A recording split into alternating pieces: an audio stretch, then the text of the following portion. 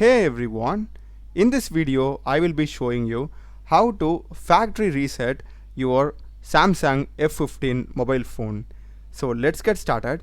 So first thing, just go to the settings option, and in settings you'll be having this general management. You can just search the option. If you can't find it, click that, and here you'll be having the reset option. Just click that, and under reset you'll be having the factory data reset. Click that. This will basically erase all the data in our system, including all the apps that we have downloaded. Also, you can just read what are the things that will be getting erased. If you scroll down, in the bottom you will be having the reset option. Just click that and just click on delete all. So it will basically just restart our phone. And now you need to set up all the things as if it's like the first time you have got your phone. So that's the video, guys. Do check the playlist of my channel.